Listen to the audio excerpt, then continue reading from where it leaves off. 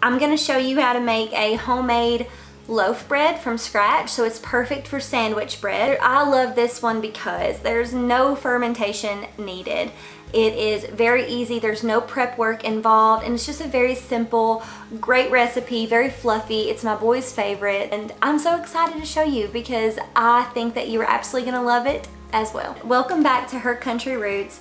My name is Casey, and if you are new here, I share a lot of natural, old-fashioned, and sustainable living, as well as Christian homemaking and motherhood. We talk about it all. I'm so glad that you are here. One thing I really do love about this recipe is you can have it ready from start to finish within 3.5 hours, and like I said, no prep work, so that is always a bonus. We love sourdough. I absolutely love my sourdough. It is just a little bit more work than something like this that I can throw together. Even if I have not prepped at all, I don't have to let it ferment for hours upon hours. And if we are in a time crunch, this one really just serves us better. You do not have to do this, obviously, but I just make this bread so much that I go ahead and pre-bag it, the ingredients up. Obviously, other than my yeast and water, because the yeast needs to remain in the fridge. In this, I just go ahead and put, measure out my ingredients. Sometimes we get so busy with all these recipes, especially if you make things from scratch. I'm not as good as my family, as my grandmother. It's just measuring things from love and throwing them out there. I need measurements. It doesn't mean that all of my measurements need to be on a scale or in grams, but I at least need a basic measurement that I can put together, because if somebody can mess up something, it is 100% me. In this bag, I have 3 cups of flour, 2.5 teaspoons of salt, and a 1/4 cup of sugar. So I'm gonna put this in my mixing bowl along with 1.5 tablespoons of yeast, instant yeast, and 2 3/4 cups of very warm water. You don't want it to be too warm, but you want it to be warm. Go ahead and add in your 1.5 tablespoons of instant yeast. In this case, all I had was the active dry yeast, and that works just fine, whatever you have on hand. And if you just saw me put 2.5 tablespoons of yeast in instead of 1.5, I don't know what you're talking about. I'm just kidding, I do. I messed up. And that's why I love this recipe. It's so forgiving. Now let's start warming up your 2 3/4 cups of water. Not too hot, it can kill the yeast, so just test with your finger, just very warm.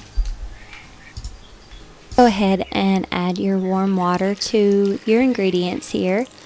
I'm just testing it to make sure that it's not too hot, and it was good. It was very warm, but it wasn't too hot. I'm gonna give it a quick little stir. You don't want to fully incorporate it, but just a little. And then I'm gonna let it rest for about 10 minutes. You want it to be bubbly after that 10 minutes. It's bubbly now, I can see that. So as long as it is still bubbly in 10 minutes. If your ingredients here, your mix is not bubbly, then that just lets you know that your yeast is not active. And so that's not gonna make a good loaf of bread. So I'm gonna set the timer, let it rest for 10 minutes, and we'll come back and see what we got going on. Okay, it's been about 10 minutes, and you can see those bubbles. That means the yeast is alive and happy. It's nice and foamy, so we're good to go. So now it's time to start adding the flour and turning this into dough. With the mixer running or stirring by hand if you're feeling brave, although I do not recommend that. I highly recommend using a mixer. Start adding your flour gradually, about 3 to 4 cups to begin with. You might need up to 5 cups depending on the weather, your flour, and even your mood. Just kidding, sort of. You're looking for that dough to start pulling away from the sides of the bowl and come together in a soft, slightly tacky ball. Not sticky like glue, but not bone dry either. That means that the gluten is forming nicely, which is what gives your bread that soft, chewy structure. This part is like the first heartbeat of your loaf. It's where everything really starts coming together. You know, I feel really blessed because our grannies didn't have mixers, but what they did have was a lot of patience and some very strong forearms. You can see she's starting to pull away from the sides of the bowl, and that is a good sign she's getting real close. I'm just giving her a gentle boost of flour here to help her finish coming together in a nice soft dough. And she's almost there. And you can see I'm testing her a little bit here. She's still pretty sticky, and so we're going to add a little bit more flour. I think if dough had a love language, it would be quality time, for sure. Alright, now that our dough has come together, it's time to turn her out onto a well-floured surface. Don't be shy with the flour. A good dusting keeps her from sticking and makes everything smoother. Now we're just going to shape her into a nice round ball. Nothing fancy, just tuck in those edges. And listen, if she's sticking a bit, don't panic. Just sprinkle a little more flour and give her a second.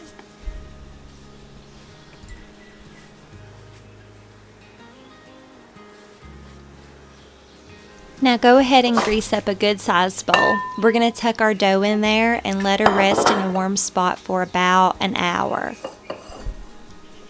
Make sure it's big enough for her to double in size because she's about to do some growing. Go ahead and transfer your dough to your greased bowl. You can either cover it with greased plastic wrap or a light kitchen towel. I prefer my kitchen towel, so I'm going to damp it with my water drop filter here and shake it out. Make sure that it's damp so that your dough doesn't stick, and it's going to rest for about an hour. An hour has passed and our dough has definitely doubled in size. And look at me trying to show y'all an up-close shot, but I'm completely off screen. Bless it. You can tell I'm an amateur at this filming thing. Alright, now it's time to punch the dough down. Gently, don't go full Rocky on it. I probably went too hard. We do this to release the gas that's built up during the rise. It helps to redistribute the yeast, sugar, and moisture so that we get a nice even crumb in the bread. Once you punched her down, go ahead and turn her out onto the floured surface again, and we'll move on to shaping those loaves. Now go ahead and cut the dough in half to make 2 loaves.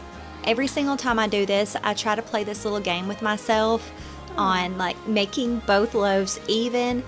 I actually lose every time, but that's okay. So just shape each half into a loaf, tucking the edges under, and don't worry if one turns out bigger or prettier than the other. Bread is not a beauty contest, it all eats the same. Lightly oil your bread pans using a little silicone brush. That's what I use anyway. Just enough to coat the sides and the bottom so that your loaves don't stick. Then gently place each loaf in the pan, seam side down, and let them rest for their second rise for another hour. Okay. Now if you notice the outfit change, it started storming and got downright chilly in this house. That, and let's be honest, I usually pick comfort over fashion unless it's a Sunday. So we're going to get this dough in the oven and make us some bread. Now listen, I know my oven is dirty. I might just be the worst about that. My mama would have a fit.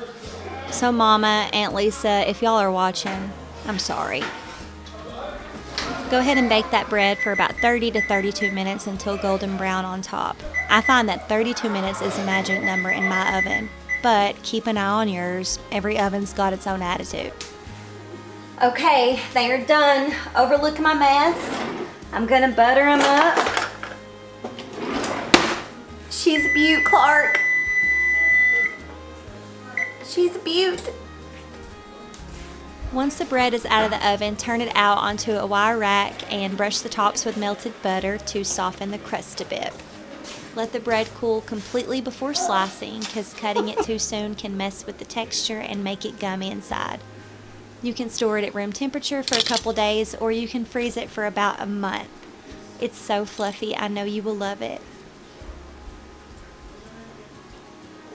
That is it for today's video.